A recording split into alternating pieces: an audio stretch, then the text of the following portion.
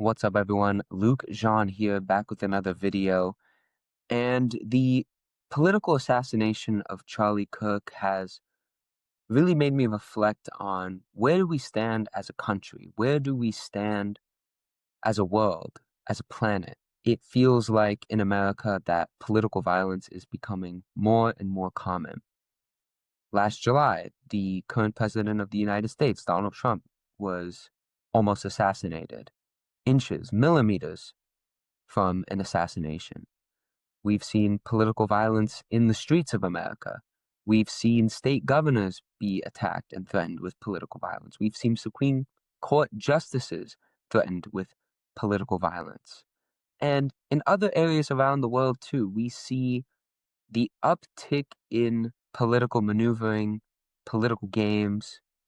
We know that the Korean government is going after hardly the officials of the previous administration for, let's be honest, some very corrupt actions on their part. But they are also targeting churches such as the Family Federation and others. And to me, I was reminded of a talk that I gave last year, and that was published as the previous video on this channel, about the book of Revelation and how the Apostle John prophesies and sees visions of a world that is extremely divided and extremely chaotic, with the blasphemous beast of the four living creatures or angels in the form of, when you look at divine principle, Stalinist Russia being the fourth and most deadliest, but also other countries such as Hitler's Nazism and fascism, Mussolini's fascism, and Emperor Hirohito of Japan. And communism did not go away. We know that after World War II. We know that the Soviet Union and the United States were in a fierce war, very fierce Cold War, that featured numerous times over the decades where nuclear bombs could have gone off on the earth, and the literal fulfillment of the destruction of parts of the earth that John sees could have happened. We saw nuclear proliferation all over, for example, in India and Pakistan. And in the 1990s, through a series of diplomatic conferences between President Bush and President Gorbachev, visits by Western leaders, visits by Eastern leaders, such as Reverend Sun Myung Moon and Dr. Ha Jahan Moon, to the Soviet Union, the Soviet system, the Stalinist communism of Soviet Russia collapsed in 1991 peacefully. The Cold War ended peacefully. And at the same time, Mao had died, and China was being let into the League of Nations, the friends of the earth that can participate in the worldwide economy. But what happened afterward? What did we miss? Because today, Russia is led by a former KGB operative in Vladimir Putin.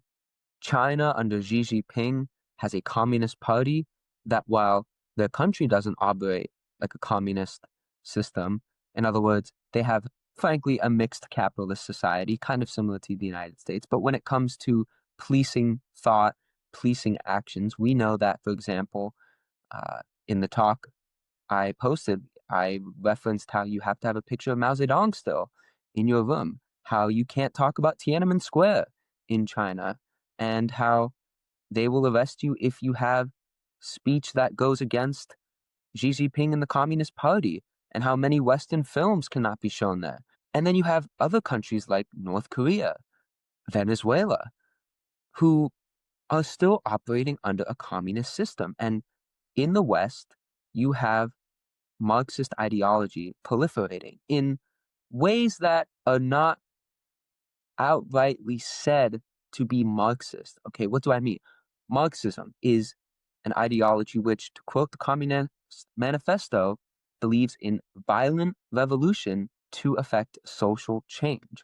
Now, we've seen some self-proclaimed Marxists found organizations and lead violent revolutions or attempt to.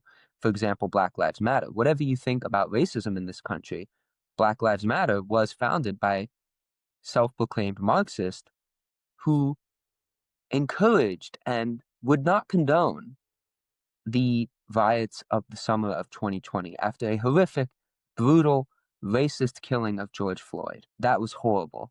But what happened after? An attempt at violent revolution, encouraged by the Marxists in America. And what do we see in Europe? We see calls increase for the destruction of the governments in Europe, of the national pride of an identity of the countries in Europe, for example, England. And this is not a right-left issue. It's not a right-left issue. That's what concerns me so much about the assassination of Charlie Kirk, because many feel it's a right-left issue. Many people feel that, well, the left, the liberal side, and the Democrat Party in the United States are to blame. And the Democrat Party says the same thing about Republicans. They say they are fascists, and they are racist, and they are homophobic, and they wish to bring us back to the 1800s, where you had Jim Crow, and you had no voting rights for women. It's just not as simple as that. It's so nuanced. We know from the book of Revelation that even though you have this fourth and mighty beast, which clearly is represented by Stalin, a false father figure, you have to have a mark of allegiance to the party on your arm and your head, a metaphorical mark. You could not buy or sell or trade. You cannot do anything in Soviet Russia or in the Communist Party unless you were identified with the Communist Party.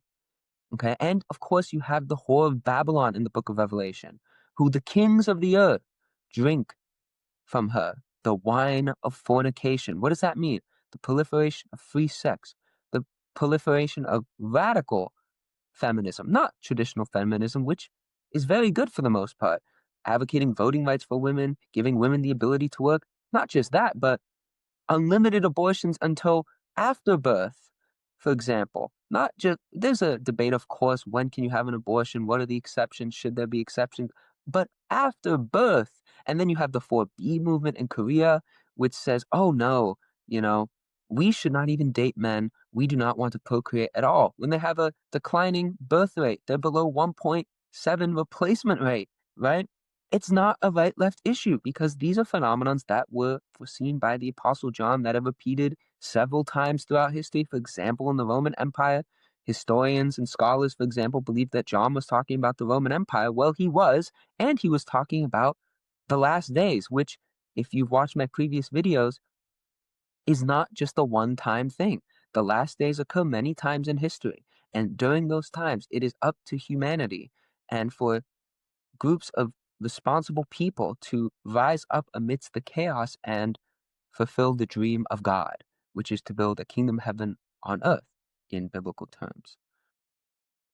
And what do we see with the assassination of Charlie Kirk? We see a radical mindset of we need to destroy the American system. We need to destroy free speech. That's what happened at the end of the day. And that is communism, no ifs, ands, or buts. After the 1990s, Soviet Russia, former Soviet Russia, communist China were not properly integrated. Carl Jung said very clearly, you must integrate the shadow. And after World War II, we did.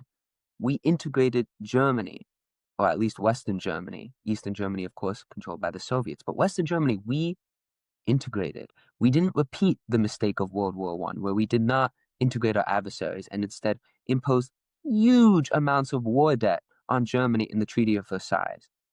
Okay? We made a huge mistake. And what happened? A violent, evil ideology, fascism, Nazism, under Adolf Hitler rose to power and threatened the world. And after the Cold War, we repeated the mistake of World War I.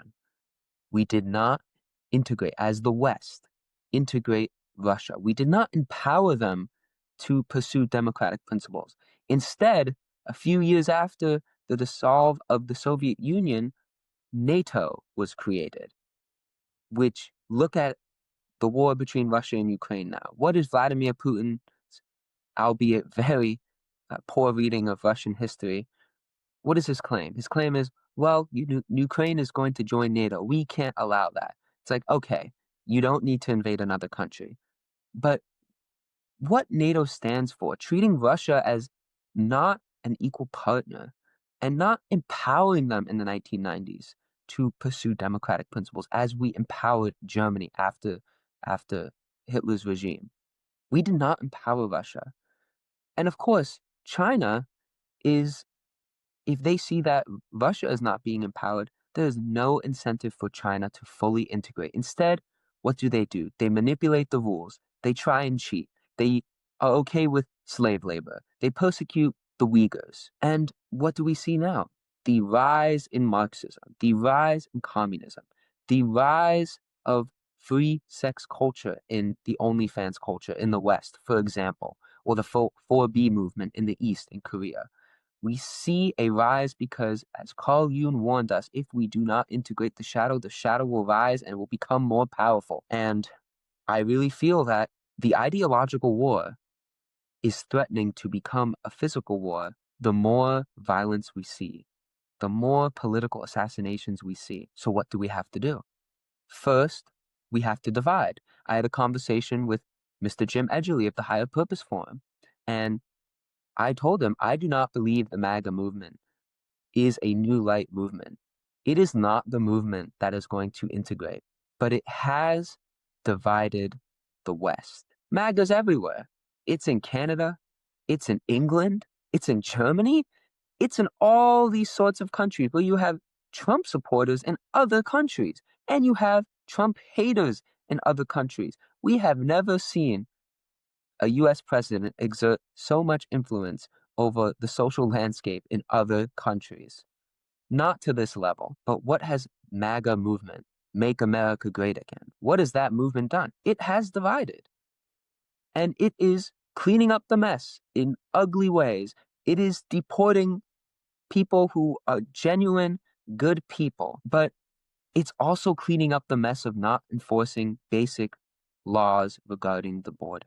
It's not a simple right-left issue, because the nuance of that issue, for an example, is, well, of course you need borders, or else you don't have a country. If you don't defend your border, people of all types, good people, some bad people, like the cartels who smuggle fentanyl in, come aboard. But at the same time, we should not be on social media celebrating whenever we see a video of ICE storming a family of 4 and taking away the dad and leaving the mom and the kids, or taking the mom and a kid, but leaving the dad and the other kid around.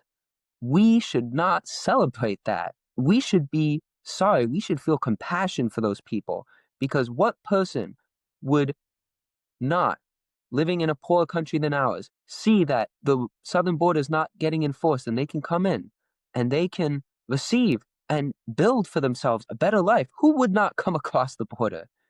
Why are we not having compassion for the innocent people? Of course, the criminals and the people who are doing wrong things in this country. Absolutely. Time to get out. No questions asked. We applaud you being taken away. But for the families and for the working people, even though maybe they're not paying taxes, maybe they don't have a social security card, but at least they're just trying to build a better life for their family, we should have some compassion. That's an example of how MAGA is not a new light movement. It's not the movement that will integrate communism and radical, not regular feminism, radical feminism, expressed in things like the 4B movement, for example. It will not integrate, but it has accomplished a purpose. The country is divided more than many people can remember. The West is more divided than people can remember. And so now the question is, what do we do? Do we let the ideological war that the book of Revelation prophesies and that divine principle explains can stay as an ideological war, or what divine principle says can become a physical war?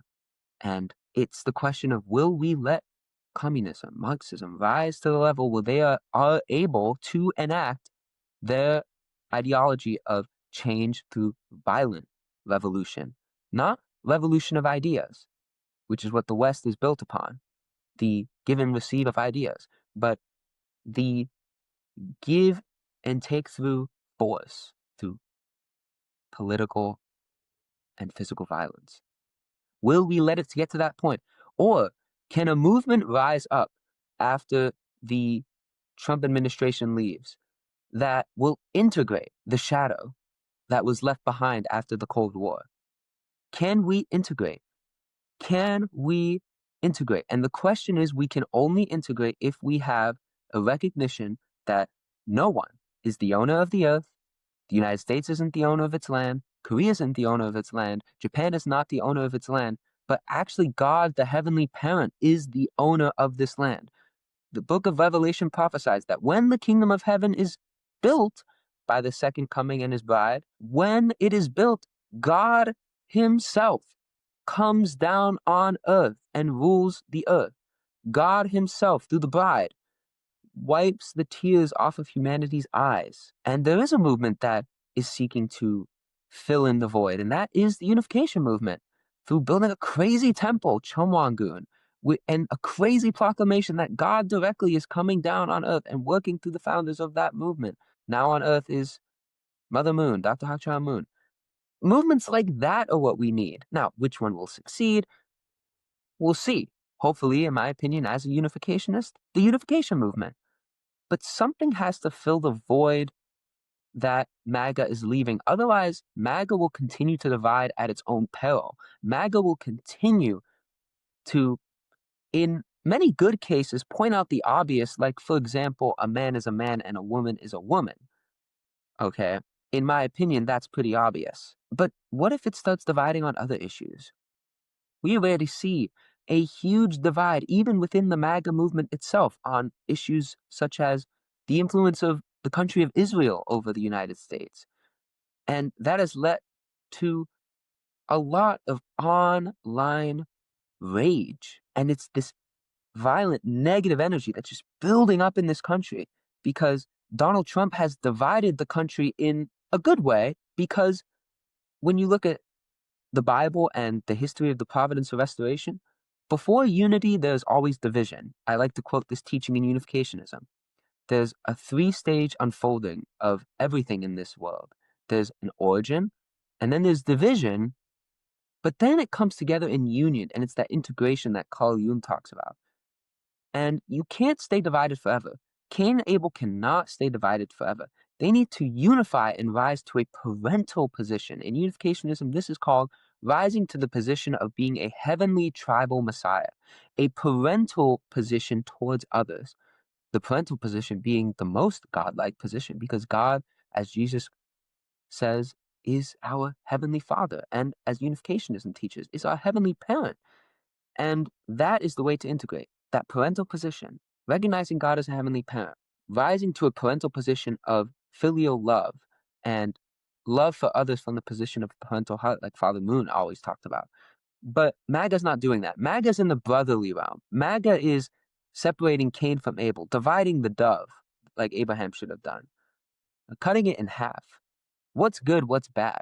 But then the bad just can't be thrown away. You can't just deport every single illegal person and hope that your problems go away. That's not integration. Because what that has risen to, for example, is a rise in anti-immigration in this country, which is nothing new.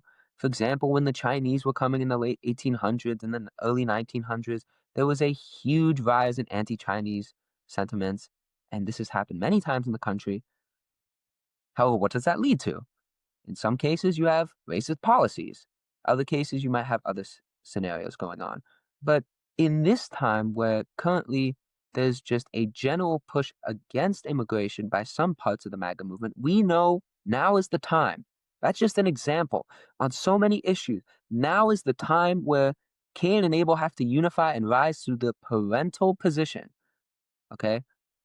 The bad, the ugly has to be integrated. The shadow must be integrated. I will say it again. It must be integrated.